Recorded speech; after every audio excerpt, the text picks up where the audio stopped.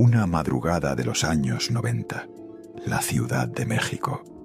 Un departamento en una zona cara, con vista a la avenida, y la luz encendida, porque la fiesta llevaba 2 días y medio sin parar. En el suelo del salón, un hombre joven convulsionaba. Tenía espuma en la boca, los ojos en blanco, la camisa desabrochada. A su lado, 2 personas le golpeaban el pecho y le gritaban su nombre. Una era su hermano menor, Ernesto. La otra era su madre, su propia madre. Y la cocaína que lo estaba matando se la había dado ella. El hombre que convulsionaba en el suelo era Jorge D'Alessio. Tenía 20 y tantos años y era el primogénito de la cantante mexicana más vendida de los años 80. La voz más desgarradora de la música popular en español. La mujer que llenaba palenques y auditorios desde Tijuana hasta Buenos Aires, cantando sobre el dolor del amor, mientras vivía dentro de él. Tú la conoces, tú la cantaste, tú la tienes metida en la memoria, desde que prendías la radio en la cocina y su voz te paraba en seco. Lupita D'Alessio, la leona dormida. Jorge ha contado esa noche varias veces. La última vez, sentado frente al periodista Jordi Rosado, dijo con sus propias palabras: «Yo me acuerdo perfecto y no fue de un día, fue de como 2 días y medio no parar la fiesta». Tomó el teléfono. Iba a llamar a unos amigos para que vinieran, y de ahí en adelante no se acuerda de nada. Hasta que despertó con su madre y su hermano encima, gritándole: «Entre Ernesto y mi mamá me estaban reviviendo». Esas son las palabras de Jorge, no de un guionista, no de un periodista de espectáculos, de él. Esa madrugada, en ese departamento, en esa fiesta, Jorge estuvo a un latido de morir. Y si hubiera muerto, México habría leído al día siguiente que el hijo de Lupita D'Alessio había sufrido un accidente. Eso es lo que las revistas dicen cuando alguien se muere de droga en la casa de su mamá famosa. Accidente, fatalidad. Una versión limpia para el funeral. La verdad real, la cruda, la que tardó 20 y tantos años en salir, es esta. Lupita D'Alessio, la leona dormida, casi mata a su propio hijo dándole cocaína. Y no fue la primera vez que se metían juntos, ni la última. Pero la pregunta no es solamente cómo pasó eso. La pregunta más dura, la que esta historia obliga a hacer, es otra.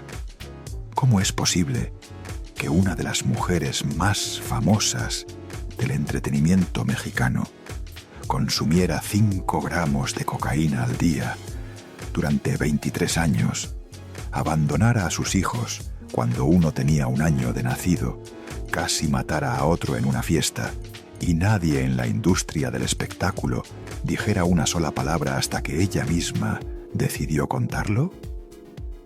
Hoy vamos a responder esa pregunta. Y vamos a responderla con nombres, con fechas, con las palabras exactas que usaron los protagonistas cuando finalmente se atrevieron a hablar.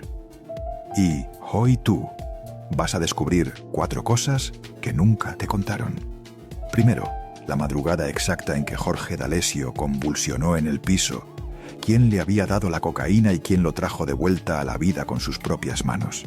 Segundo, cuántos gramos consumía Lupita al día durante 23 años. ¿De dónde sacaba el dinero al final cuando ya no le quedaba un peso? ¿Y por qué la industria mexicana del espectáculo la vio caer en cámara lenta sin mover un dedo? Tercero, el minuto exacto en que ella se desplomó frente a un televisor y entendió que iba a perder a sus 3 hijos para siempre. Y la imagen del aeropuerto vacío que la rompió de verdad. Y cuarto, lo que le costó a César D'Alessio, el hijo menor, cargar con la deuda emocional de una madre que llegó tarde. Y el hombre poderoso que lo golpeó cuando intentó hacer su propia vida. Te voy a avisar cuando llegue cada una. Siéntate que esta historia te va a doler. Y te va a doler porque tú la conoces. Tú la tienes en la sala de tu casa, en los discos de tu mamá, en la radio de tu juventud. Para entender cómo fue posible que esa madrugada en aquel departamento de la Ciudad de México sucediera, hay que retroceder. Mucho. Hay que retroceder hasta una niña de Tijuana llamada Guadalupe Contreras Ramos. Una niña que crecía en una casa donde el cariño no llegaba y la sombra del abandono ya estaba ahí mucho antes de que ella supiera lo que era una jeringa o un papel doblado. Porque esta historia no empieza en los años 90, empieza en los años 50. Y empieza con algo que a ti te puede sonar muy familiar, porque también pasaba en muchas casas mexicanas de esa época. Guadalupe Contreras Ramos nació el 10 de marzo de 1954 en Tijuana, Baja California. Su padre se llamaba Alfonso D'Alessio. Era un hombre de negocios y un cantante de origen italiano radicado en México. Su madre era una mujer humilde y trabajadora. Y desde el principio la pequeña Guadalupe vivió en una casa donde su padre tenía una historia previa que iba a marcarla para toda su vida.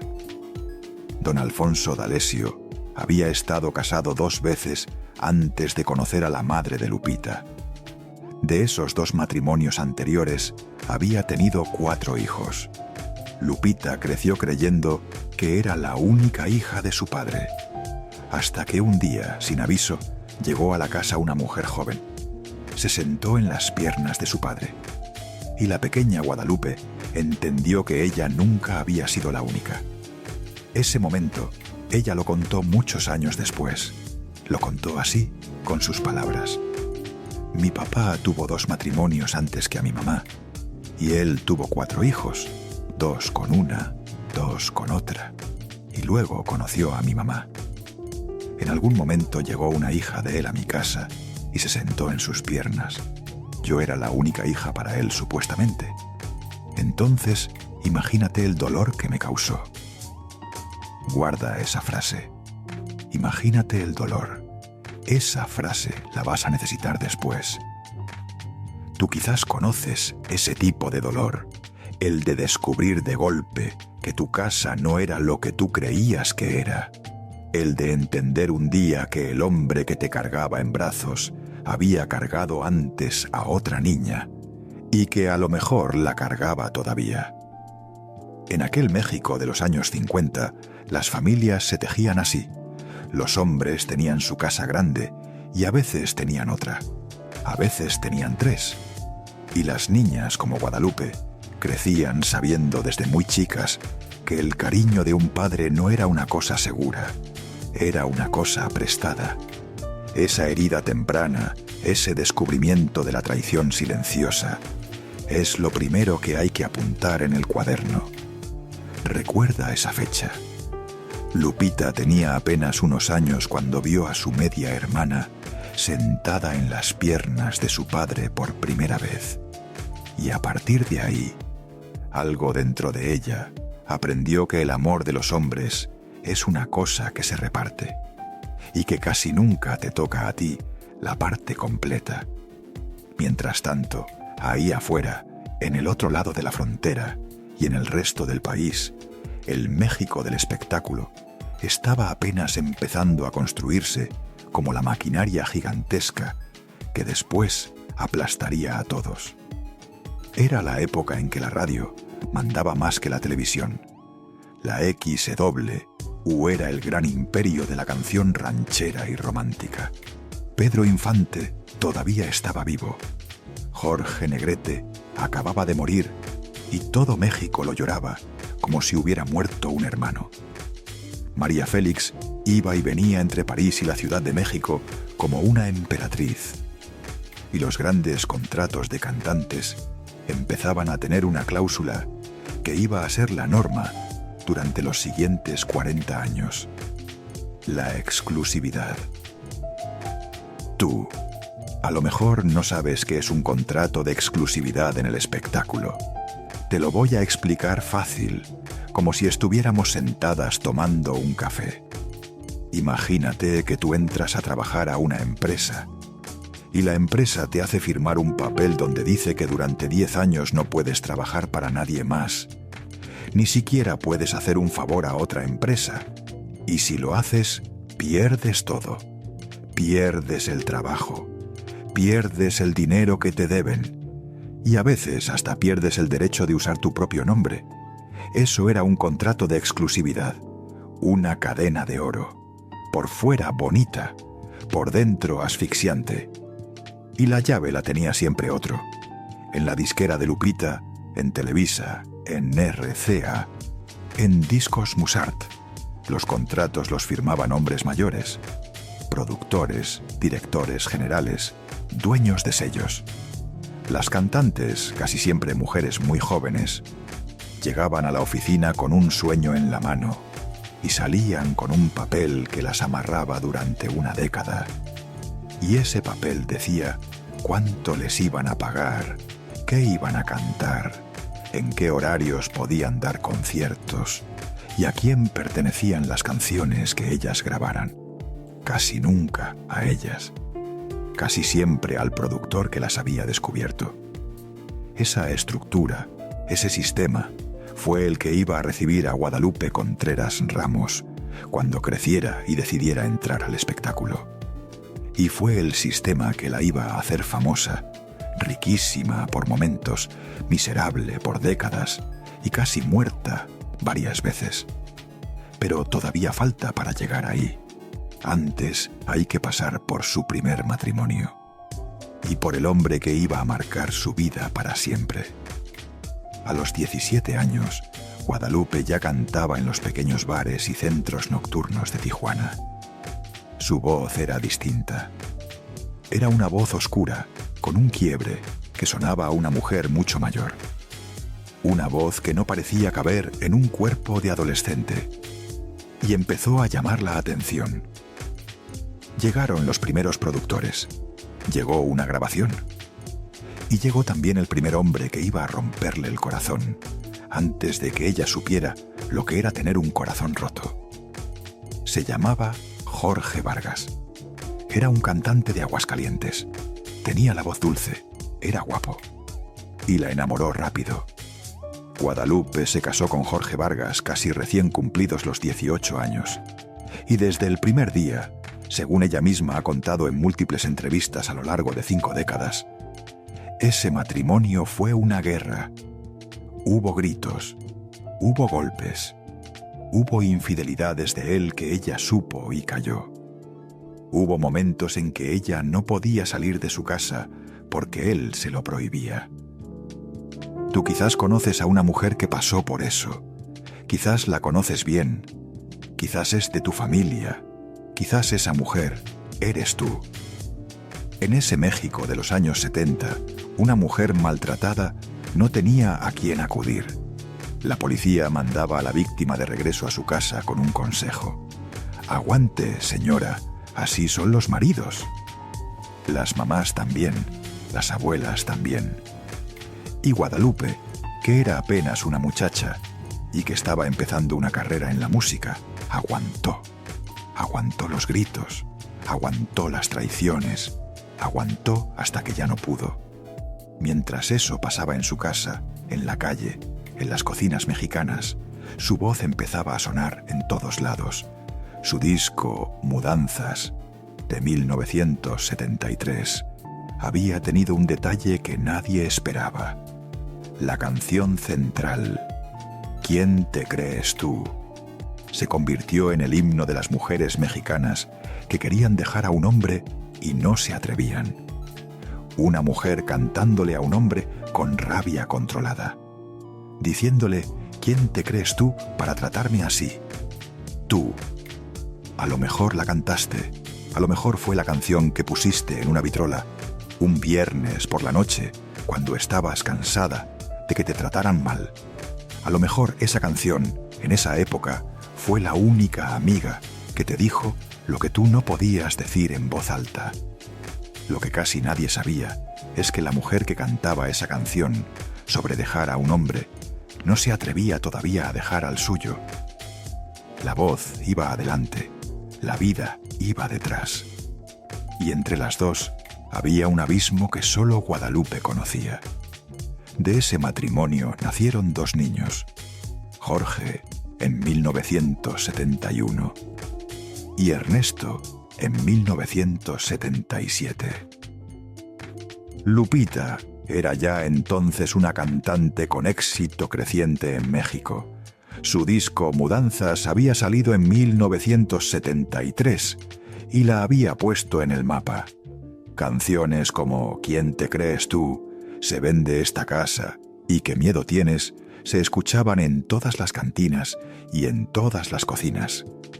Pero detrás del éxito, en su casa, las cosas se rompían.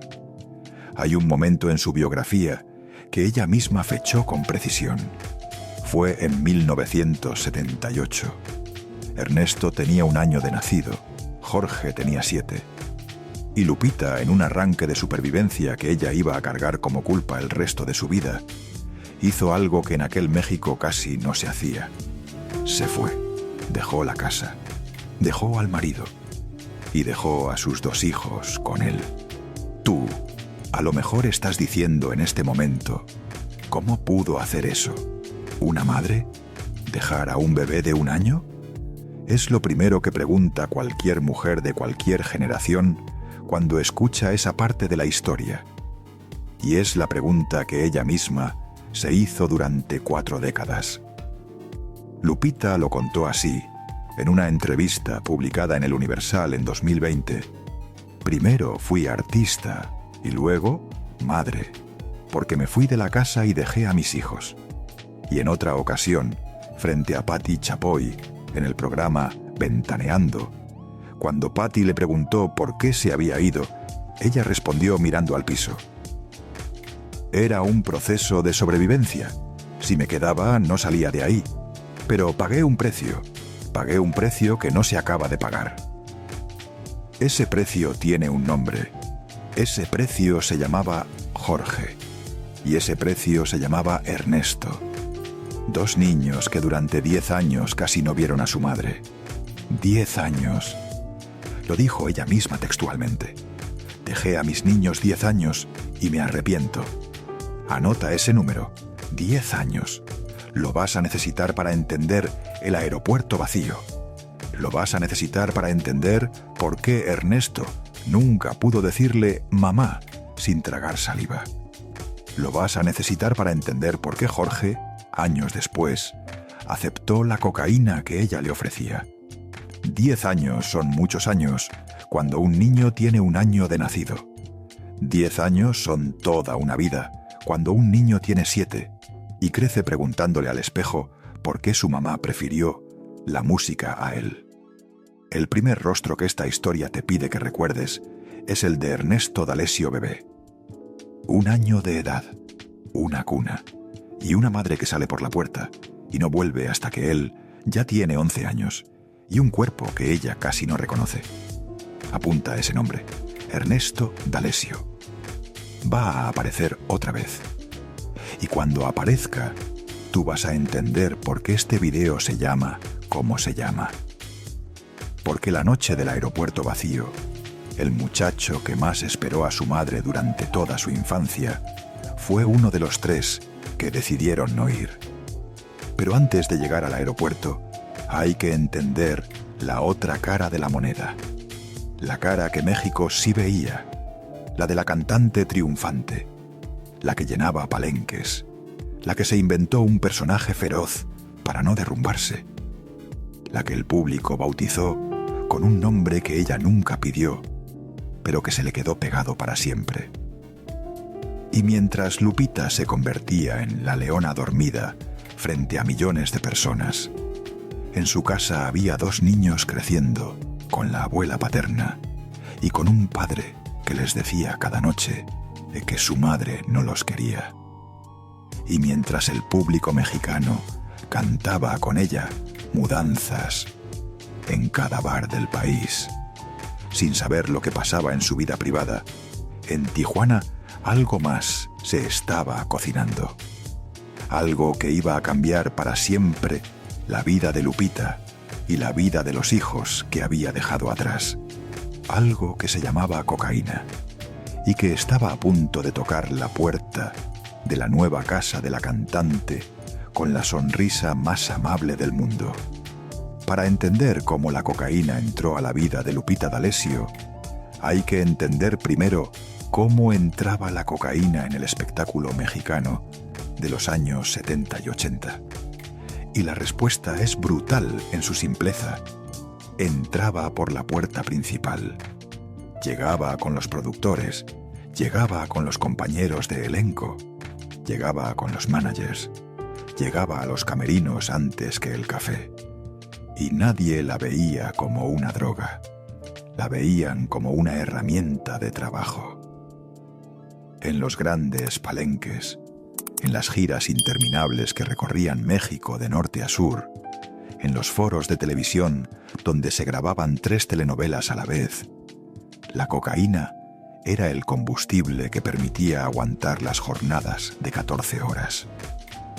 Cantar en Monterrey en la noche, viajar por carretera hasta Saltillo a las 4 de la mañana, dormir 3 horas en un hotel y subirse al escenario al día siguiente con la voz fresca. Eso, sin química adentro, no se podía. Y todos lo sabían.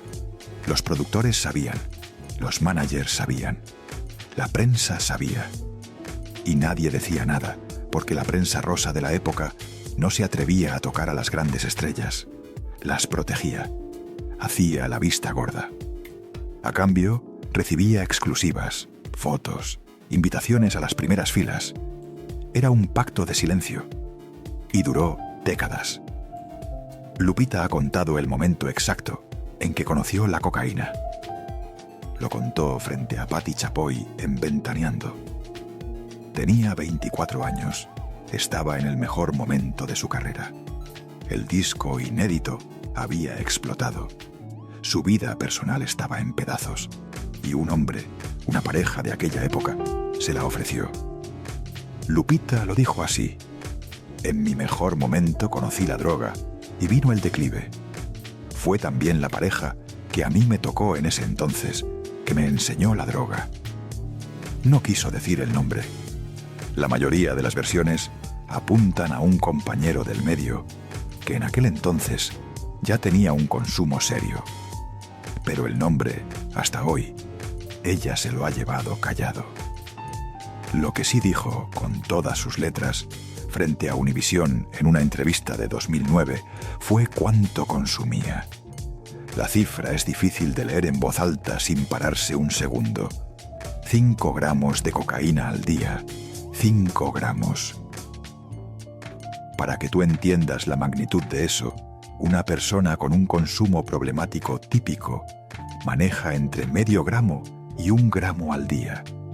5 gramos al día, durante años, es la cantidad que solo se consigue cuando alguien ya no come, cuando alguien ya no duerme, cuando alguien tiene tanto miedo de quedarse sola consigo misma que prefiere quemarse el cerebro a sentirse despierta. Lupita pesó 45 kilos en el peor momento. Lo dijo ella en entrevista con Alan Thatcher. 45 kilos. Una mujer de su altura en peso normal debe pesar más de 55. Tú tienes una amiga, una hermana, una hija, a la que has visto adelgazar de golpe y no has podido hacer nada. Sabes lo que se siente ver a alguien que quieres desaparecer por dentro mientras le sonríe a la cámara. Eso pasaba con Lupita. Y en cada gira, en cada concierto, en cada aparición de televisión, ella aparecía con maquillaje, con vestido, con joyas, sonriendo. La industria la maquillaba. Los fotógrafos la encuadraban desde ángulos que disimulaban la delgadez. Las revistas escribían que estaba radiante. Y ella, por dentro, llevaba 20 horas sin comer y 7 sin dormir. ¿Dónde estaba la familia? ¿Dónde estaban los amigos? ¿Dónde estaba la disquera que le pagaba millones? ¿Dónde estaba Televisa? ¿Dónde estaba Raúl Velasco, en cuyo programa Siempre en Domingo ella cantó decenas de veces? Esas preguntas no tienen una respuesta cómoda. La respuesta es que todos sabían y nadie hizo nada. Porque nadie ganaba dinero con una Lupita rehabilitada. Todos ganaban dinero con una Lupita en gira, agotada, vendiéndose al mejor postor. Si la sacaban de los palenques para mandarla a una clínica, perdían millones. Si la cuidaban, perdían el control sobre ella. Mejor que siguiera, mejor que cantara, mejor que se desangrara de pie en el escenario. Y mientras la industria miraba para otro lado, en su vida personal, Lupita acumulaba relaciones que la hundían más. Se casó con varios hombres a lo largo de los años. Tuvo amores intensos y rupturas humillantes. Hubo un episodio que ella misma reveló en 2022 y que dice mucho del tipo de gente que rondaba su mundo.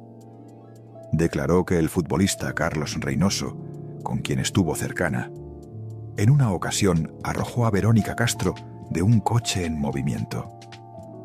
Esa declaración la hizo Lupita en cámara, en un programa de espectáculos, sin medir las consecuencias. Era el tipo de información que ella conocía de primera mano porque vivía dentro de ese círculo. Hombres con poder, mujeres famosas y violencia que se quedaba en los pasillos. La prensa publicó el dato 2 días, después se cayó. Verónica Castro no respondió en público. Carlos Reynoso tampoco. Y la historia, como tantas otras, se perdió en el olvido del medio. Tú has visto eso pasar. Una revelación fuerte en un programa de tele. 2 días después, nadie se acuerda. Esa es la memoria del espectáculo. Corta, interesada, cómoda. Esa estructura de relaciones, ese círculo de hombres que se pasaban entre ellos a las mujeres famosas, fue el caldo de cultivo donde Lupita aprendió que la cocaína venía con el sexo, con el escenario, con la cama, con la fiesta posterior al concierto. Era parte del paquete, y rechazarla significaba quedarse fuera. Aceptarla significaba quedarse dentro, pero pagar el precio. Esa es la maquinaria del espectáculo. Esa es la cadena de oro. Y Lupita estuvo dentro durante 23 años. Ahora quiero que pienses una cosa. Piensa en ese número. 23 años, casi un cuarto de siglo. Un hijo tuyo crece en 23 años. Una carrera se hace y se deshace en 23 años. Ella pasó ese tiempo metiéndose 5 gramos al día y fingiendo en cada escenario que todo estaba bien. Mientras tanto, en otra casa, en otra colonia, en otra parte de la Ciudad de México, sus 2 hijos crecían sin ella. Jorge y Ernesto vivían con su padre, Jorge Vargas, y con su abuela paterna. Iban a la escuela. Tenían cumpleaños sin que su madre estuviera. Veían a su madre en la televisión, en blanco y negro primero, después a colores. La veían cantar canciones de amor, mientras a ellos no los abrazaba nadie. La oían decir «te quiero» en una telenovela, mientras a ellos no se los decía. Eso que tú estás pensando, eso que te duele en el pecho mientras escuchas esto, es exactamente lo que ellos sentían. Uno de ellos, Ernesto, no tenía ni memoria de su madre, porque ella se fue cuando él tenía 1 año. Él aprendió a la que su mamá era en una televisión. Apunta esa imagen. Un niño aprendiendo quién es su mamá, viéndola cantar en blanco y negro en un aparato Philips de los años 70. Cuando Lupita y Jorge Vargas se separaron de manera definitiva, los niños quedaron con él. Lupita dijo después que durante aquellos años su exmarido le decía a los niños cosas que ella no sabía. Le decía que su madre los había abandonado. Le decía que su madre no los quería. Le decía que su madre prefería la fama. Y los niños, que no tenían otra versión, le creyeron a su padre, porque era el único que estaba ahí. Apunta ese detalle. Importa. Y mucho. Cuando Lupita, finalmente, casi 10 años después, intentó reconstruir la relación con sus 2 hijos, ya era demasiado tarde. Los niños eran adolescentes, tenían sus propias opiniones, y la mujer que llegaba a buscarlos sentía a cualquier cosa menos a una mamá, a una desconocida famosa que cantaba en la radio, a la leona dormida. Y a una leona, aunque sea dormida, no se la abraza así nomás. Lupita rehizo su vida con otros hombres, tuvo otros matrimonios, otros enamoramientos, otras heridas. Y de una de esas relaciones nació su tercer hijo, César. César D'Alessio, el hijo menor, llegó al mundo en circunstancias muy distintas a las de sus dos hermanos.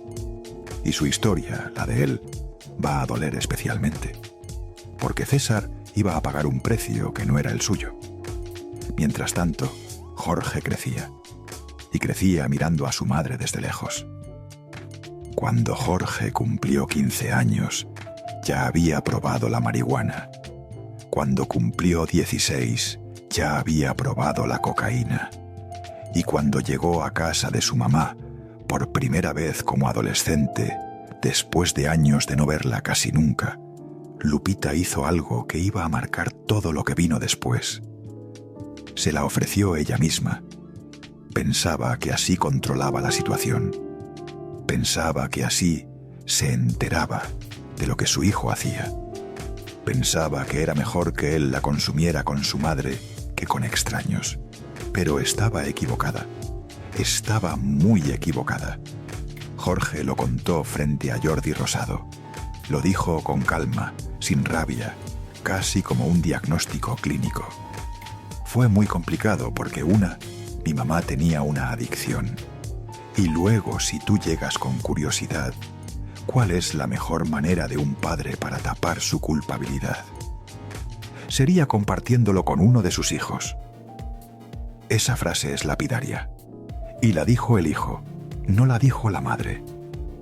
Su hermano Ernesto, pocos años después, en otra entrevista, en otro programa, frente a Gustavo Adolfo Infante, contó la misma dinámica con menos rabia y más resignación.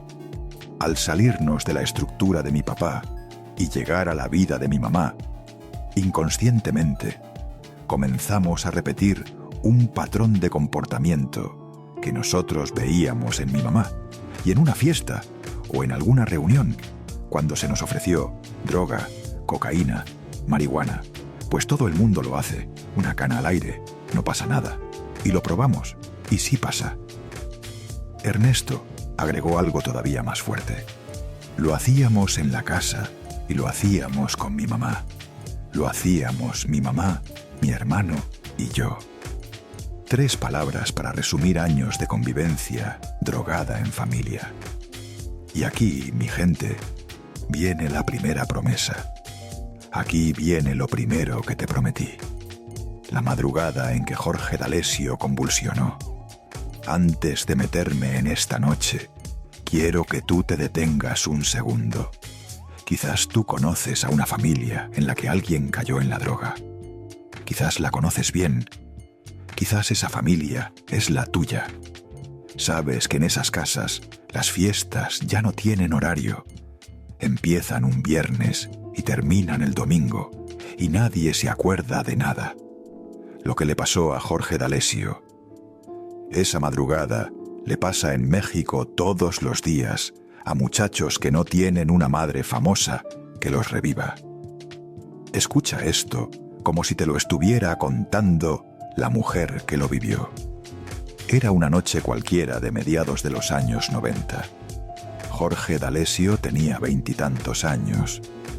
Tenía un grupo de rap, según él mismo cuenta riéndose, bastante malo. Vivía la vida de un muchacho de familia famosa en la Ciudad de México.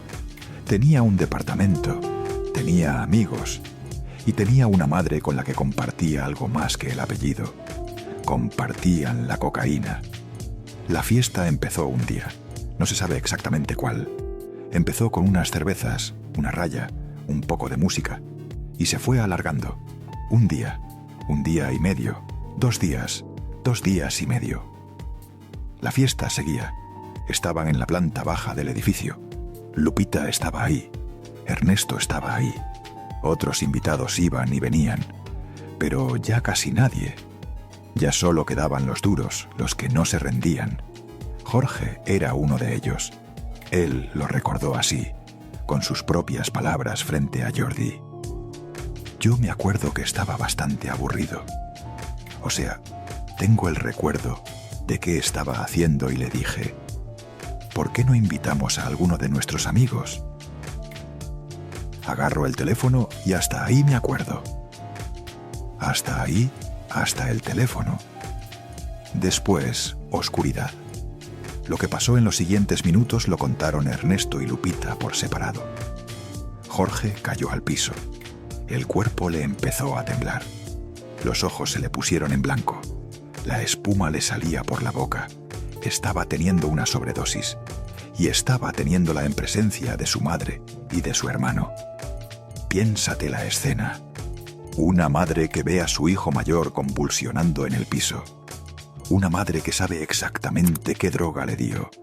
Una madre que tiene que elegir en un segundo entre llamar a una ambulancia y que se sepa todo o intentar revivirlo ella con sus propias manos. Esa madre es Lupita D'Alessio y ese hijo es Jorge. Lupita y Ernesto se tiraron al suelo, le dieron palmadas, le gritaron su nombre. Jorge, Jorge, reacciona, Jorge. Le movieron las manos, le mojaron la cara, le hablaron como cuando era niño. Y Jorge, milagrosamente, después de varios minutos, empezó a reaccionar. Lo dijo él mismo. Entre Ernesto D'Alessio y mi mamá me estaban reviviendo. Yo tenía un grupo de rap bastante malo, por cierto. Me acuerdo que en los shows que llegamos a tener, yo le gritaba a la gente, y a la fecha en algunas rolas de Matute lo hago. Y cuando Ernesto y mi mamá me gritaron eso, empecé a reaccionar. Empezó a reaccionar, pero por poco no lo logra. Ernesto, en otra entrevista, contó cómo vivió él esa noche. Sus palabras fueron más duras. Jorge estuvo a punto de morir por causa de las drogas. Para nosotros eso fue tocar fondo. Yo casi veo que mi hermano muere por causa de las drogas. Fue cuando Jorge y yo dijimos, esto nos va a matar. Esto puede acabar con nuestra vida. Esto no es un juego. Somos jóvenes y dejamos ese camino. Recuerda ese nombre, Ernesto, el que se tiró al piso a salvar a su hermano, el que vio morir a Jorge enfrente de él, el que decidió esa noche dejar la cocaína, el mismo niño que 20 y tantos años antes había sido abandonado por su madre cuando tenía 1 año, el que aprendió quién era su mamá viéndola cantar en una televisión. Ese mismo Ernesto, esa madrugada, le salvó la vida a su hermano mayor y le dio a su madre, sin saberlo, la última oportunidad de redimirse. Porque Lupita, después de aquella noche, hizo algo que a sus hijos les sorprendió. No se rehabilitó, siguió consumiendo. Lo que pasó dentro de ella esa madrugada, nadie lo sabe con exactitud. Pero ella, en entrevistas posteriores, ha dicho que a partir de ahí, algo se rompió por dentro. Algo se le quedó atravesado. Cada vez que se metía una raya, veía a Jorge en el piso. Cada vez que olía cocaína, le venía la imagen de Ernesto golpeándole el pecho a su hermano. Y aún así, ella seguía. Porque la adicción no es voluntad. La adicción es una jaula química. Y la jaula la tenía amarrada de pies y manos. Pasaron meses, pasaron quizás años. Lupita rentó un departamento aparte. Lo rentó por una razón muy concreta y muy dolorosa. Lo dijo ella misma textualmente. Yo me miraba alrededor en medio de una vida miserable, en un departamento que alquiló para que sus hijos no la vieran consumir drogas. Apunta ese detalle. Una madre que renta un departamento aparte para esconderles a sus hijos lo que está haciendo. Una madre que se va sola a meterse 5 gramos al día para no manchar lo poco que le quedaba con sus hijos. Una madre que vivía 2 vidas. la de la diva mexicana en el escenario y la de la mujer rota en un departamento alquilado para esconderse de sus propios niños. Pero el infierno todavía no había tocado fondo. Faltaba que pasara algo más. Faltaba que llegara un día en que Lupita prendiera la televisión sola en ese departamento con un pase de cocaína sobre la mesa y que viera en la pantalla a su segundo hijo cantando en un programa concurso y que entendiera en ese instante que si seguía así no iba a vivir para conocer a sus nietos. Esa noche estaba a la vuelta y esa noche iba a cambiarlo todo. El año era 2007. Hay versiones que la fechan un poco antes y otras un poco después. La televisión mexicana tenía un nuevo formato que arrastraba millones de espectadores cada domingo. Un programa concurso llamado Cantando por un sueño. Era el equivalente mexicano de los grandes reality shows musicales que estaban explotando en todo el mundo. El público votaba, los famosos pasaban, y el conductor, semana tras semana, anunciaba el nombre del que se iba a casa. Ernesto D'Alessio, el hijo segundo de Lupita, el bebé que ella había dejado a los 12 meses, decidió entrar a ese concurso para hacer una carrera propia. Él era ya entonces un cantante con voz formada. Pero quería salir de la sombra de su mamá. Quería que el público lo conociera por sí mismo. Y se inscribió. Llegó a la pantalla. Empezó a cantar todos los domingos. Esa noche, una noche de domingo de 2007 o 2008 según la versión, Lupita estaba sola. Estaba en aquel departamento que había alquilado para esconderse de sus hijos. Tenía 45 kilos. Tenía 50 y tantos años. Tenía un papel doblado sobre la mesa con cocaína dentro y prendió la televisión, casi por costumbre. ¿Tú has estado así alguna vez? Sola, en un cuarto, con una pena que pesa más que el cuerpo. Prendes la tele para que haya una voz que no sea la tuya, para que no te quedes sola contigo misma. Eso es lo que le pasaba a ella. Y entonces en la pantalla apareció Ernesto, su hijo, su segundo hijo, aquel bebé que ella había dejado en una cuna a los 12 meses.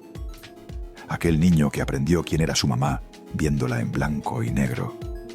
Estaba ahí, con smoking, cantando una canción de amor. Y lo hacía bien, lo hacía muy bien. Tenía la voz de su madre, la intensidad de su madre, la rabia controlada de su madre.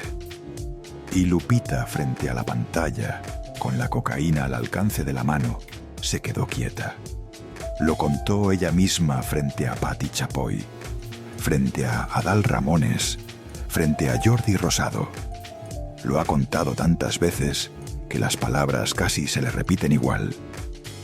Estaba Ernesto encantando por un sueño en la televisión y lo vi y me desplomé. Y dije, ¿tú te vas a casar y yo voy a conocer a mis nietos? Esa fue la frase que le cruzó la cabeza. ¿Tú te vas a casar y yo voy a conocer a mis nietos? Porque en ese momento, mirando a su hijo en la pantalla, ella entendió lo que había estado evitando ver durante 23 años. Que no iba a llegar viva, que se iba a morir antes de cargar a un nieto, que se iba a morir antes de ver a Ernesto vestido de novio, que se iba a morir sola en aquel departamento alquilado, con la nariz quemada por dentro. Lupita se desplomó, lo dijo ella. No se cayó, no se asustó, se desplomó. El cuerpo le falló, el alma le falló, y se quedó tirada en el piso, frente a una televisión que seguía transmitiendo a su hijo, que cantaba sin saber que en algún lugar de la Ciudad de México su mamá estaba teniendo el peor minuto de su vida. Cuando logró ponerse de pie, hizo lo único que se le ocurrió. Tomó el teléfono y llamó a un hombre del que casi no había hablado con nadie. El pastor de su hijo, Ernesto. un pastor cristiano que llevaba años orando por ella sin haberla conocido nunca en persona. Lupita marcó. El pastor contestó. Y ella le dijo, con la voz temblando, que si se metía 1 gramo más, se iba a morir. El pastor le respondió con una sola frase, que ella ha repetido exacta en cada entrevista. No consumas más, voy para allá. Esa frase. Apunta esa frase. No consumas más, voy para allá. 5 palabras y un viaje. Un pastor que se subió al coche y fue a buscarla a un departamento donde llevaba 23 años escondida. Tú quizás has recibido una llamada así en tu vida. Tú quizás has hecho una llamada así en tu vida.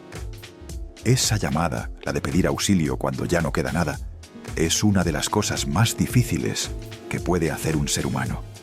Pedir ayuda, rendirse, aceptar que tú sola ya no puedes, que eso que tanto presumías, esa independencia tuya, esa fuerza tuya, no alcanza.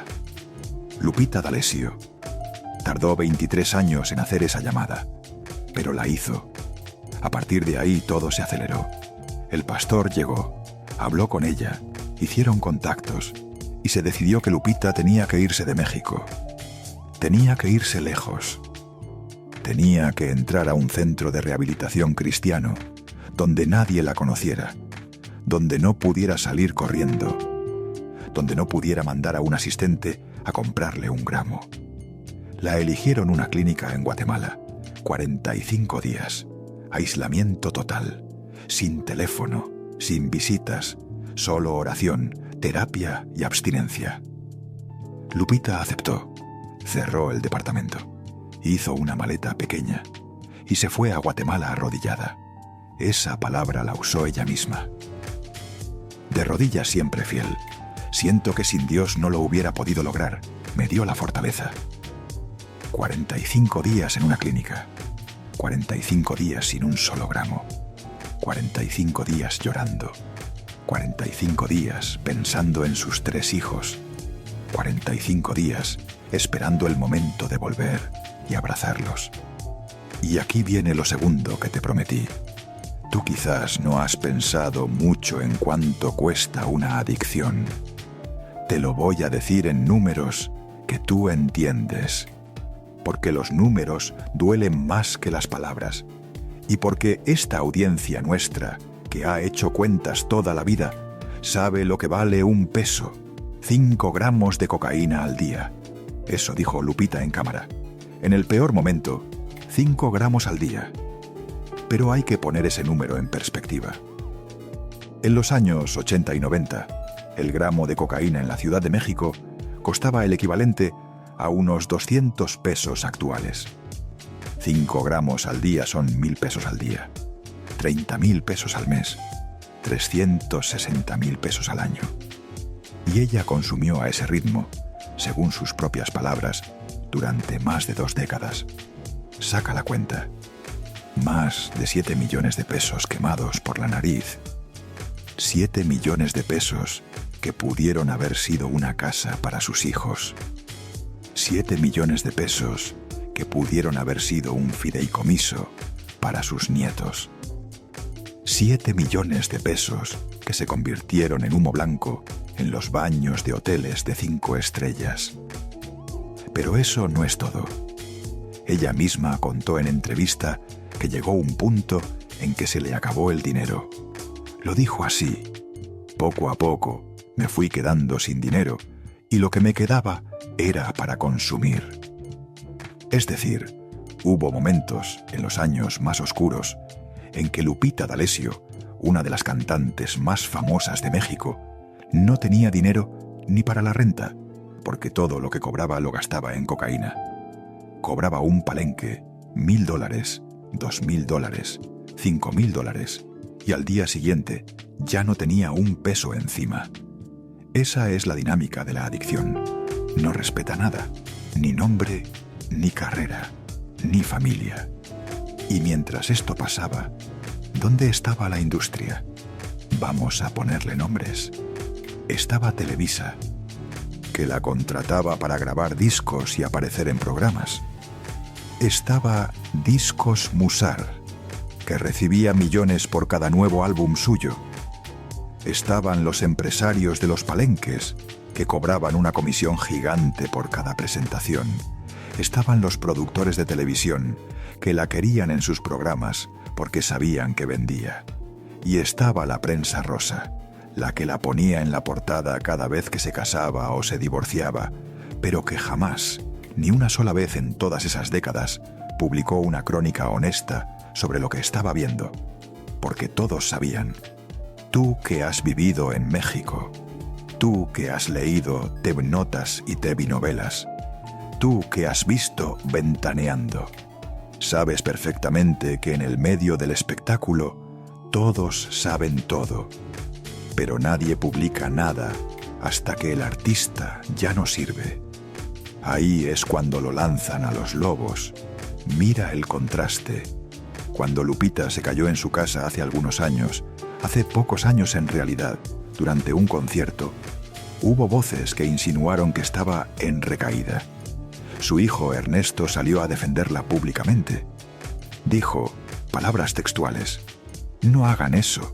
No lastimen la imagen de una señora que ha entregado su vida a la música. Es muy molesto. No lo hagan». Y ella le respondió con cariño, «Como hija, haría lo mismo con mi mamá». Eso fue en 2025, cuando ya estaba limpia hace años. Pero la prensa todavía buscaba el escándalo. ¿Y dónde estaba esa prensa cuando Lupita estaba metiéndose 5 gramos al día en los 90? No estaba. Estaba en los palenques aplaudiéndola. Estaba en los camerinos pidiéndole entrevistas. Estaba haciéndose la ciega.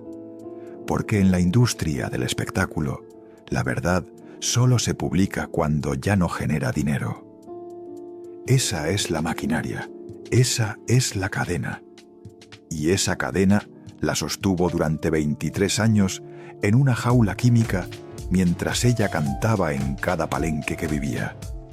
Lupita misma lo ha resumido en una sola frase, que dice mucho más de lo que parece. Es un poco eso de evadir, que no quieres aceptar que estás sola, que no quieres que nadie te vea. Dejaba trabajos colgados por la fiesta. Esa última parte, dejaba trabajos colgados. Eso significa que muchas veces, cuando había un palenque programado, ella no aparecía. Llamaba el manager, cancelaban, y la prensa publicaba que la señora estaba indispuesta, o tenía bronquitis, o le subió la presión. Mentira. Estaba metida en un cuarto consumiendo, y la industria pagaba la mentira como parte del costo de tenerla. Ahora, mi gente, antes de seguir, quiero pedirte una cosa, una sola. Si estas historias te importan, si sientes que estos nombres merecen un espacio donde la verdad se cuente completa, no a pedazos como en las revistas, si tú también creciste oyendo a Lupita en la radio y quieres que otras mujeres como tú la escuchen completa, sin adornos y sin mentiras, entonces suscríbete a este canal. Aquí no se usan estas historias para reírse, aquí se usan para entender y para que las mujeres que sufrieron en silencio durante toda su vida, las que nadie escuchó nunca, las que cantaron sus penas y nadie las vio detrás de la canción, encuentren un lugar donde su historia se cuente con dignidad. Esto es para ti, para tu hermana, para tu mamá, para tu comadre. Suscríbete y comparte el video con quien sabes que también la quería.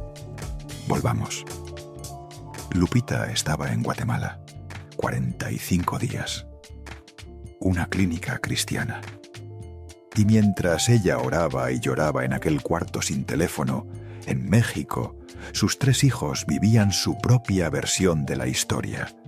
Jorge ya era músico de Matute, ya había entendido de qué venía su mamá, pero había heridas viejas, heridas de niño abandonado en una cuna, heridas de adolescente al que le ofrecieron cocaína en la sala de la casa, heridas que no se curan en 45 días. Ernesto, el segundo, cargaba con otra cosa. Cargaba con haber crecido sin nombre propio. Toda su carrera, todo el público, le había recordado siempre que era el hijo de Lupita D'Alessio. Y mientras él intentaba que le reconocieran su propio talento, su mamá, ahí afuera, hacía cosas que ensuciaban el apellido cada vez más.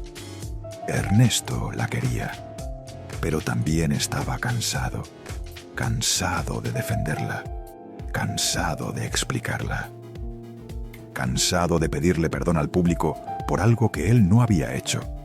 Y luego estaba César D'Alessio, el menor, el que iba a doler distinto. Pero todavía no es el momento de César. Su parte llega después. Pasaron los 45 días. Lupita salió de la clínica. Ya no consumía. Había entregado la última raya en una sesión de oración con el pastor que la había llevado. Tenía el cuerpo limpio. Tenía la cabeza más despejada que en 23 años. Tenía la fe que la había sostenido. Y tenía una expectativa enorme. Iba a volver a México. Iba a llegar al aeropuerto. Y allí, según ella imaginaba durante esos 45 días arrodillada, iban a estar esperándola sus 3 hijos: Jorge, Ernesto, César, los 3, esperando a su mamá, esperando a la mujer nueva que regresaba a casa. Eso es lo que ella imaginaba. Eso es lo que la sostuvo cada noche en aquel cuarto guatemalteco. La imagen del aeropuerto con sus 3 hijos esperándola. Y un abrazo que reparaba 23 años. Pero la realidad iba a ser muy distinta. La realidad era que sus 3 hijos no iban a ir, ni uno solo. Y lo que iba a encontrar al bajar del avión iba a ser la imagen más dura de su vida. Más dura todavía que ver a Jorge convulsionar en el piso. Más dura que verse a sí misma en 45 kilos en un espejo. Esa imagen, la del aeropuerto vacío, la iba a marcar para siempre. Y a esa imagen vamos a llegar ahora. El día del regreso amaneció con un cielo limpio. Lupita salió de la clínica en Guatemala con una pequeña maleta. Nadie la acompañó al aeropuerto local. Subió al avión sola. Le dieron un asiento de ventanilla.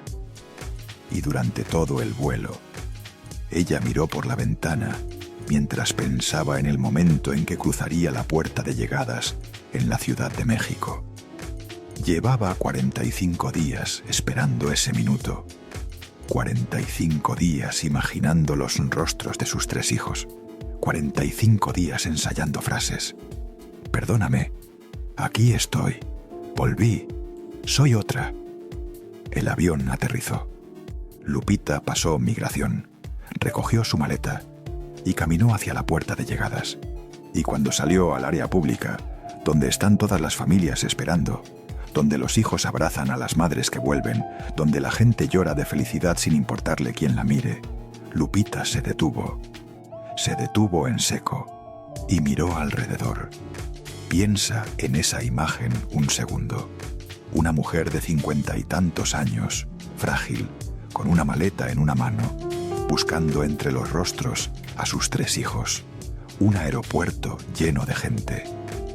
Pero ningún rostro es el de Jorge.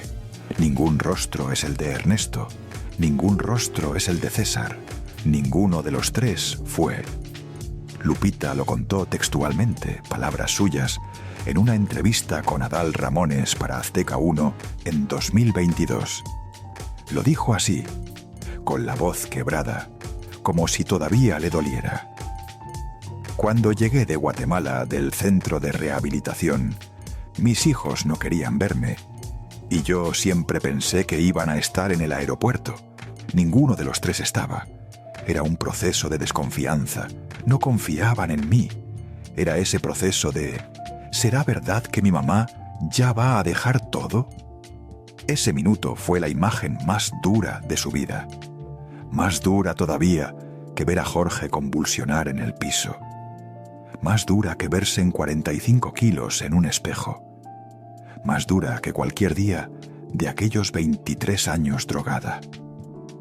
Porque en el aeropuerto vacío estaba la condena completa de su maternidad, la sentencia escrita en silencio por sus 3 hijos.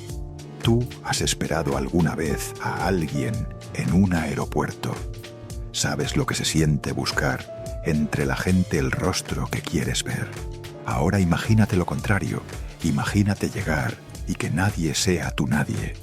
Que todos los rostros sean desconocidos. Que tus propios hijos hayan decidido que no vales un viaje al aeropuerto. Eso es lo que Lupita D'Alessio vivió esa mañana. Tomó un taxi sola, llegó a su casa sola, cerró la puerta y lloró como hacía mucho que no lloraba. Lo dijo ella en la misma entrevista. Me costó lágrimas, dolor, nostalgia, acordarme de cuando eran chiquitos y lo que vivimos antes de que me fuera a Guatemala. Esa noche, sola en su casa, sin cocaína por primera vez en 23 años, Lupita entendió que la rehabilitación apenas empezaba. La parte química había terminado. La parte humana iba a tardar años. Quizás no iba a terminar nunca. Y aquí viene lo tercero que te prometí. Aquí viene la parte que a ti, mujer que estás escuchando esto, más te va a doler. Tú quizás has vivido algo parecido. No igual, pero parecido. Tú quizás has pedido perdón a un hijo por un error que cometiste. Tú quizás has estado años haciendo lo imposible para reconstruir algo que tú misma rompiste. Sabes lo que se siente que tu propio hijo te mire como si tú fueras una extraña. Tú quizás has estado parada en una cocina a las 4 de la tarde con un plato de sopa hirviendo para un hijo que se encerró en su cuarto y no quiere bajar. Ese plato que se enfría, esa sopa que nunca se come, es lo mismo que le pasaba a Lupita, pero multiplicado por 3. Y con una historia de 23 años a cuestas. Reconstruir la relación con cada hijo fue una batalla distinta. Cada uno cargaba su propia herida, cada uno tenía su propio resentimiento, y cada uno iba a darle a Lupita una versión particular del castigo silencioso que llevaba años cocinándose. Con Jorge, el mayor, fue una mezcla de culpa y gratitud. Jorge no había podido olvidar la noche en que casi se muere. Y aunque Lupita estaba ahí esa noche para revivirlo, también estaba ahí para haberle dado la cocaína. Esa contradicción no se resuelve fácil. Lupita había sido la que casi lo mata y la que lo salvó. La que le abrió la puerta del infierno y la que lo sacó. ¿Cómo se perdona algo así? ¿Cómo se vuelve a confiar? Jorge, en entrevista con Jordi, lo dijo con cierta paz que le costó muchos años conseguir. No me molesta que mi mamá hable de sus adicciones. Espero que sus vivencias sirvan como mensaje y ejemplo para otras personas. Esa frase se la oyes a un hombre que ya hizo el trabajo, que ya perdonó, que ya entendió que su mamá era humana y rota. Pero llegar ahí le tomó años. Con Ernesto, el segundo, la reconstrucción tuvo un sabor más raro. Ernesto era el que había crecido sin ella desde el año de edad, el que había visto en una televisión por primera vez quién era su mamá. Y al mismo tiempo, era el que la había salvado en el televisor, el que cantó en Cantando por un sueño, sin saber que su voz, esa noche, le había dado a su madre la última oportunidad de no morirse. Hay una ironía dolorosa ahí. Ernesto, el bebé abandonado, terminó siendo el hijo que más cerca estuvo de ella en la rehabilitación, el que la conectó con el pastor, el que entendió primero que su mamá necesitaba ayuda más que castigo. Quizás tú tienes un hijo así, el que tú menos cuidaste y que terminó cuidándote a ti. Es una trampa rara de la vida. La que tú no esperabas que te cuidara es la que te tiende la mano, Y la que tú esperabas que te cuidara, a veces ni aparece. Pero Ernesto también tenía su propio resentimiento. No tan visible, no tan dicho. Él lo enterraba detrás del trabajo, detrás de los proyectos, detrás de la imagen pública. Pero estaba ahí, y Lupita lo sabía.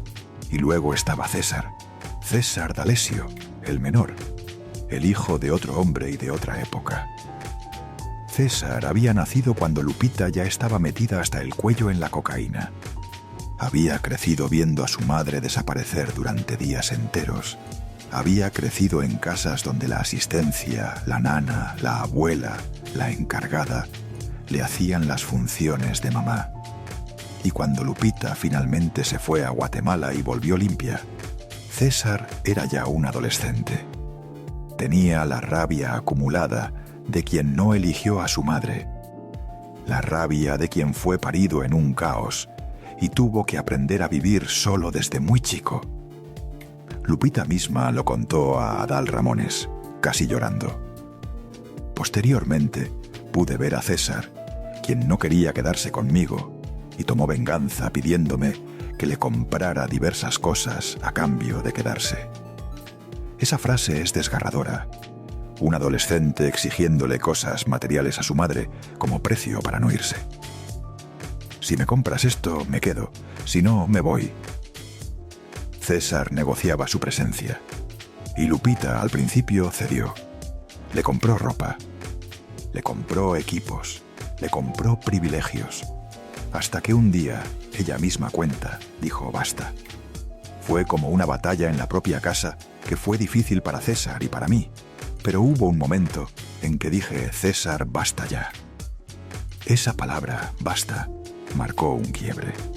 Lupita entendió que comprar a un hijo no era amor.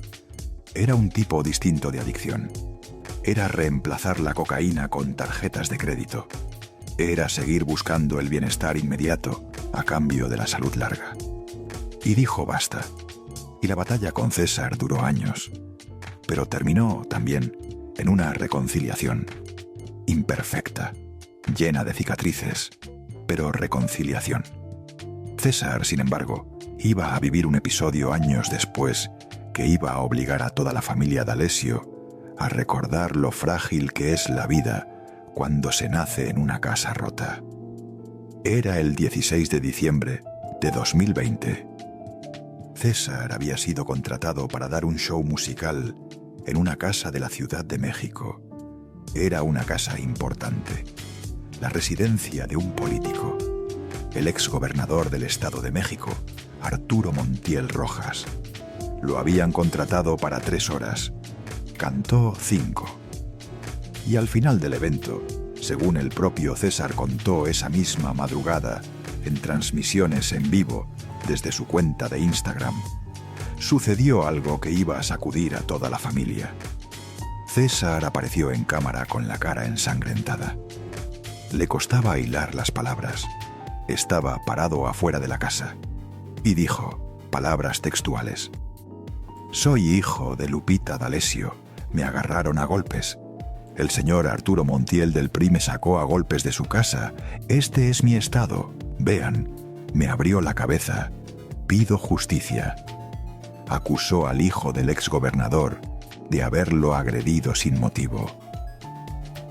Acusó a la familia Montiel de haber encerrado a su novia en un coche. Acusó al exgobernador y a su familia de amenazarlo de muerte. Y dijo en una de las transmisiones que si lo mataban esa noche, todos sabían a quién responsabilizar. Recuerda esa fecha. 16 de diciembre de 2020. La familia Montiel negó las acusaciones públicamente al día siguiente. César presentó denuncia ante el Ministerio Público. Las imágenes con su rostro golpeado se viralizaron.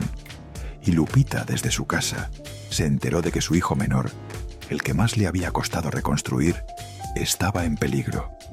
La cantante salió en redes sociales con un mensaje contenido. «Estamos con César, toda la familia. Aquí estoy como mamá. Les mando un abrazo y por los detalles de amor para con César y la familia. Dios los bendiga. Esa frase la dijo ella. Aquí estoy como mamá.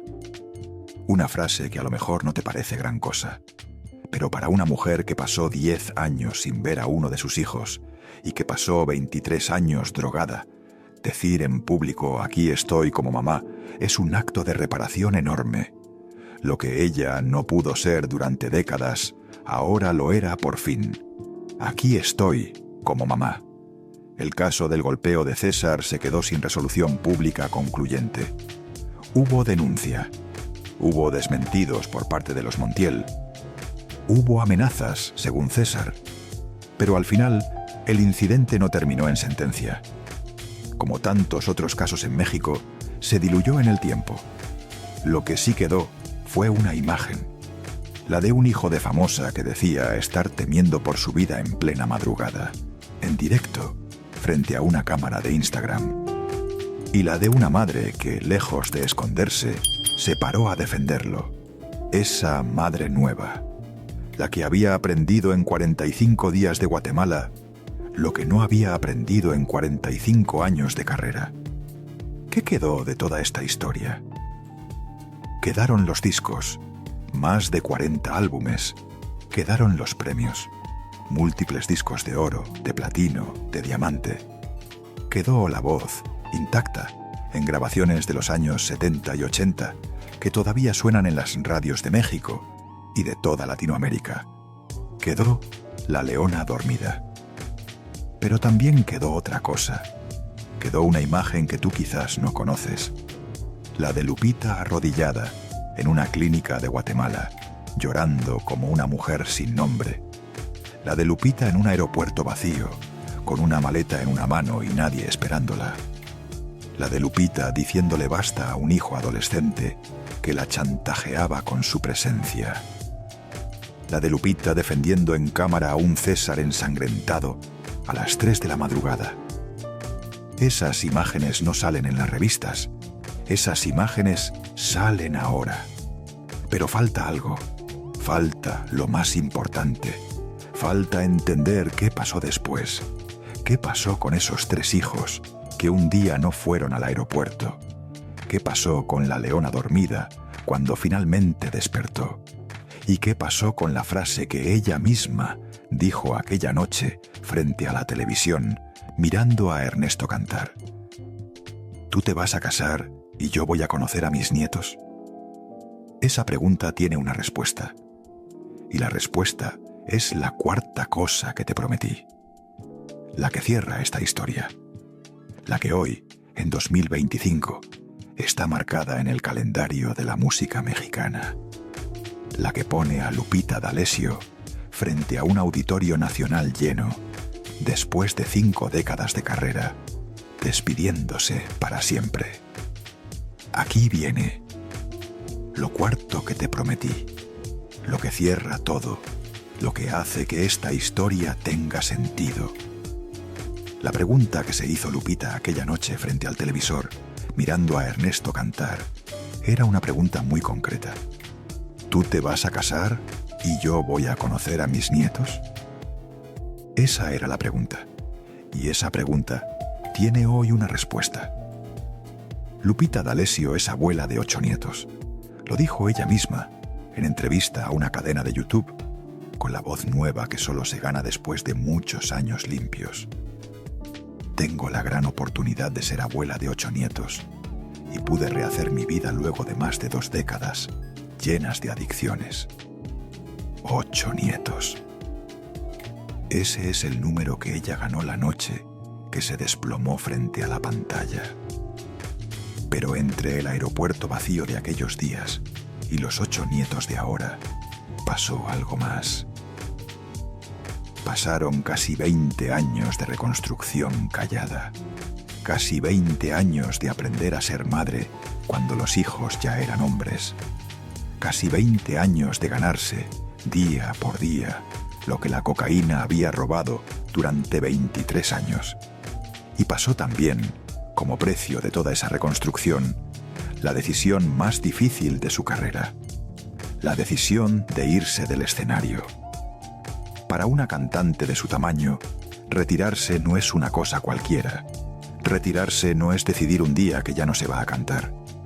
Retirarse es entender que el tiempo se acaba, que la voz, esa voz que la hizo la leona dormida, ya no aguanta lo mismo, que el cuerpo, ese cuerpo de 71 años cumplidos en marzo de 2025, ya no se sube a un palenque a las 3 de la mañana sin pasar factura. Y sobre todo, que hay otras cosas, otras prioridades, sus 8 nietos, su tiempo, su paz.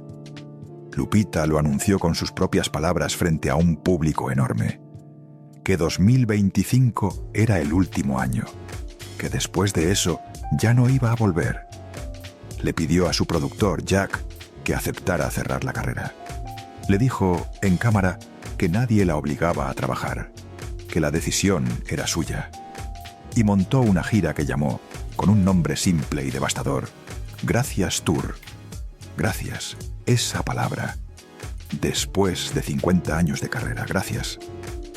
La gira recorrió México durante casi 3 años.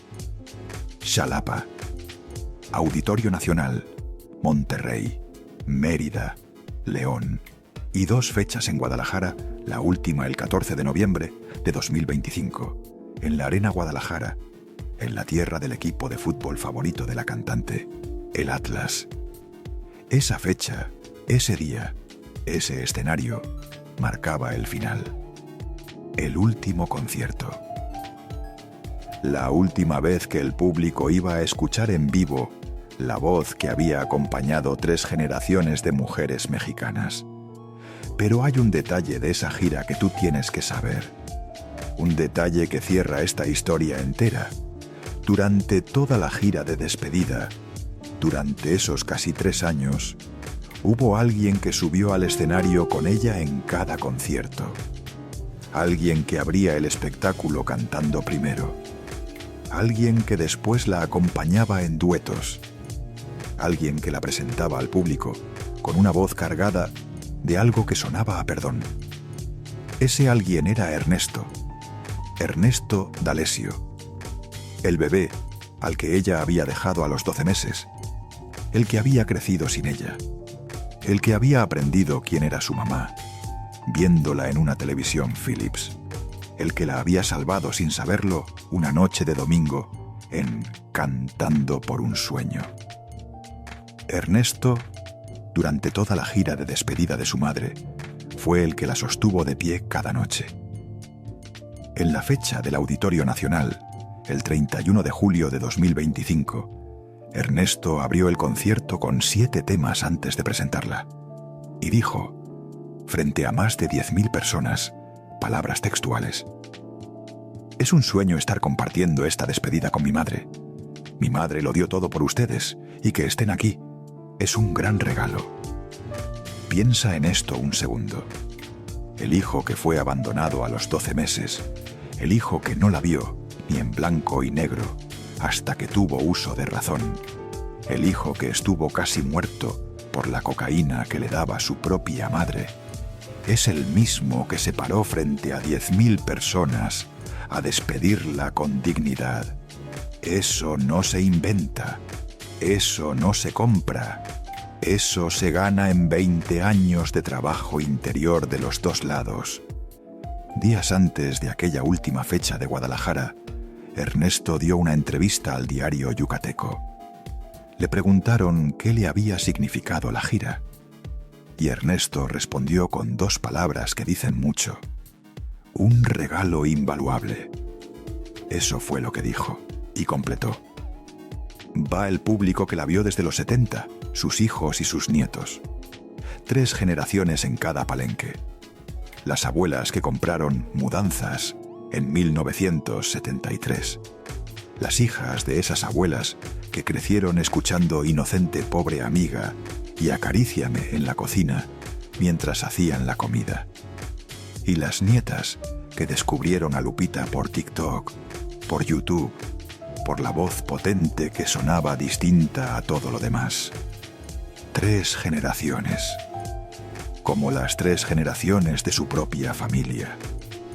Pero el momento que más impacta de toda esta despedida no fue en el Auditorio Nacional, ni en la Arena Guadalajara. Fue antes. Fue el 10 de mayo de 2025, Día de las Madres en México. Lupita ofreció un concierto gratuito en el Zócalo de la Ciudad de México. Y al final del concierto, frente a miles de personas, sucedió algo que muy pocas familias mexicanas pueden permitirse. Sus 3 hijos subieron al escenario. Jorge, Ernesto, César, los 3. Por primera vez juntos en un escenario con su madre. La abrazaron, la felicitaron por el día, y Lupita lloró frente al público. Piensa en esa imagen, piénsatela despacio. Una mujer que hace 20 años bajó de un avión y no encontró a ninguno de sus 3 hijos en un aeropuerto. La misma mujer, en mayo de 2025, está en el Zócalo de la Ciudad de México y sus 3 hijos suben al escenario para abrazarla el Día de las Madres. El contraste es tan grande que te quita el aire. Ese es el precio del perdón. Eso es lo que cuesta. Pero eso también es lo que se gana cuando alguien decide, a los 50 y tantos años, no morirse todavía. El último concierto de Guadalajara, el 14 de noviembre, también tuvo a sus 3 hijos. Jorge desde el público, alentando. Ernesto en el escenario. César cerca, en la familia. Y Lupita, vestida de gala, con la voz un poco más cansada que en los años 80, pero todavía intacta, cantó por última vez sus clásicos. Cantó Mudanzas. Cantó Qué miedo tienes. Cantó Ese hombre. Cantó Acaríciame. Cantó Mentiras. Y cantó, junto con Ernesto, Ni guerra ni paz. Esa canción que une a madre e hijo vocalmente, que ambos disfrutan interpretar, según contó Ernesto en entrevistas. Ni guerra ni paz. El título de esa canción describe con precisión los años que les costó a esa familia llegar al escenario juntos. Algo en ese matrimonio entre madre e hijos quedó suspendido durante décadas, sin tregua firmada, sin abrazo definitivo, solo una larga, lenta, dolorosa reconstrucción. Y al final, cuando las heridas se habían convertido en cicatrices, salieron al escenario juntos y cantaron Reflexión sobre el sistema. Porque esta historia, como todas las que contamos en este canal, tiene una dimensión más grande que una sola familia. Lupita D'Alessio es una. Pero detrás de ella hay decenas de cantantes mexicanas, latinoamericanas, que vivieron lo mismo. La industria del espectáculo en español, durante todo el siglo XX, fue una maquinaria diseñada para consumir mujeres. Las descubría a los 18 años. Las firmaba con contratos de exclusividad de 10. Las exprimía hasta la última gota de voz. Y cuando ya no servían, las soltaba al olvido sin red. Las que cayeron en la droga, como Lupita, fueron muchas. Las que no salieron, también muchas. Lupita es una de las pocas que sobrevivió, se rehabilitó, reconstruyó su familia y se fue del escenario por la puerta grande. Pero por cada Lupita hay 10 nombres que tú no conoces. 10 voces que se apagaron en cuartos de hotel sin que nadie hiciera un documental. 10 hijas y madres que nunca volvieron a un aeropuerto. 10 leonas dormidas que no despertaron. Por eso esta historia importa.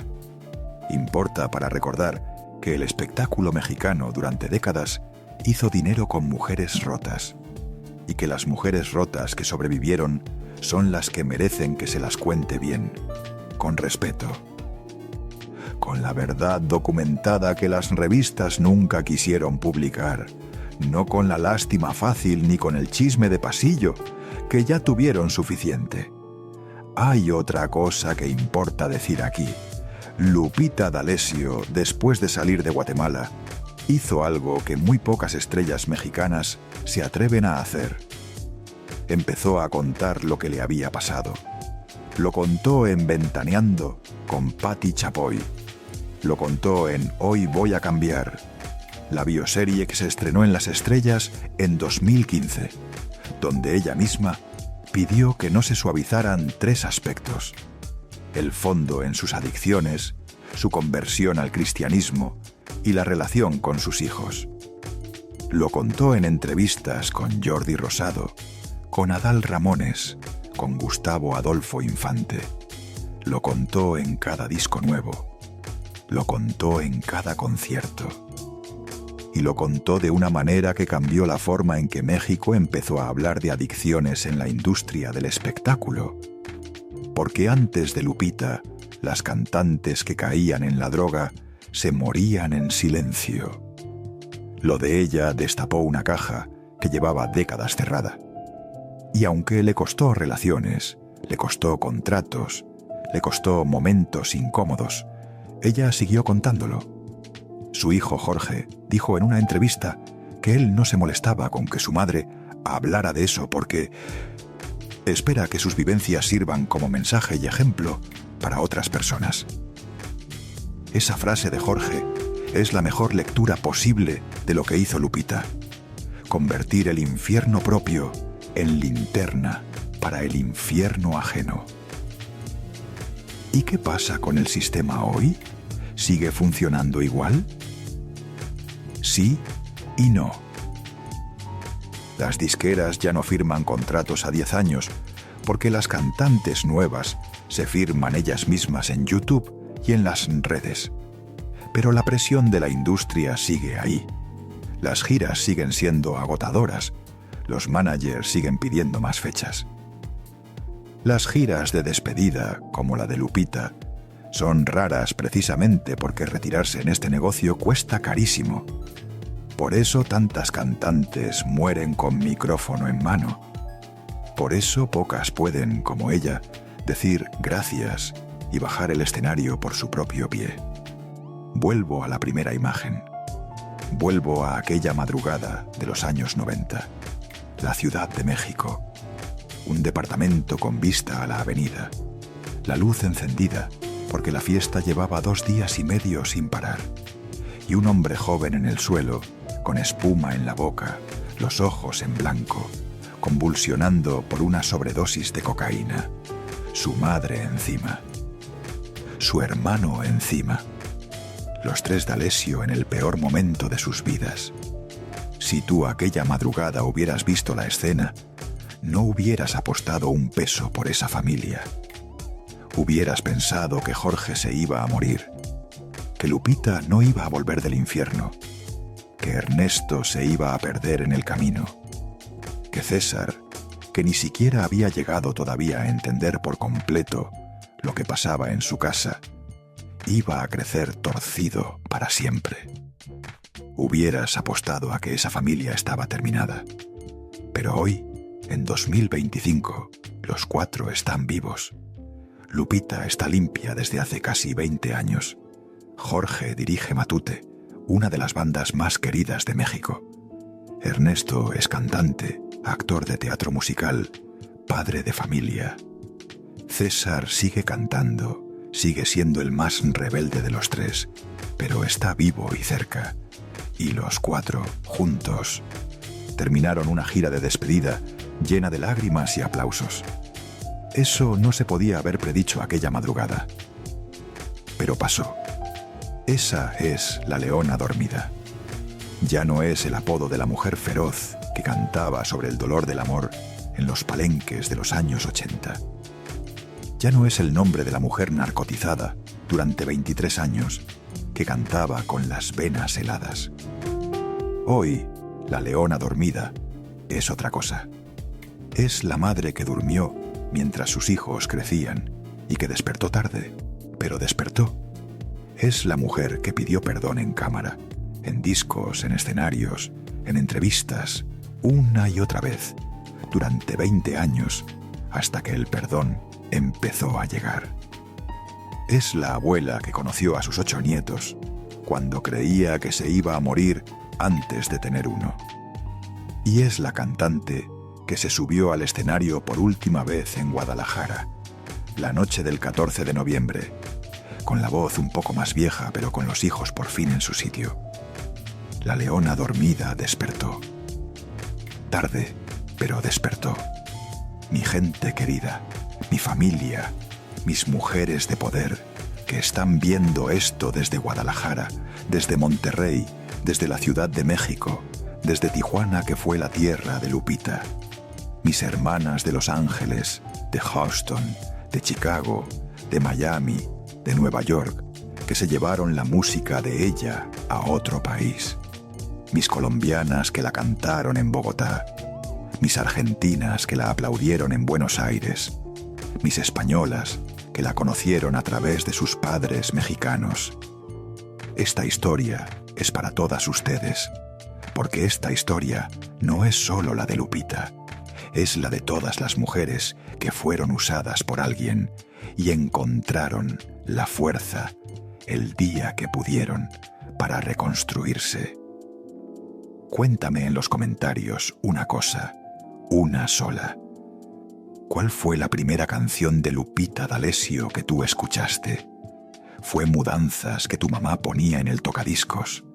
¿Fue Ese hombre que tú misma cantaste en un momento de tu vida en que necesitabas decírselo a alguien? ¿Fue Acaríciame que bailaste en una boda hace 30 años?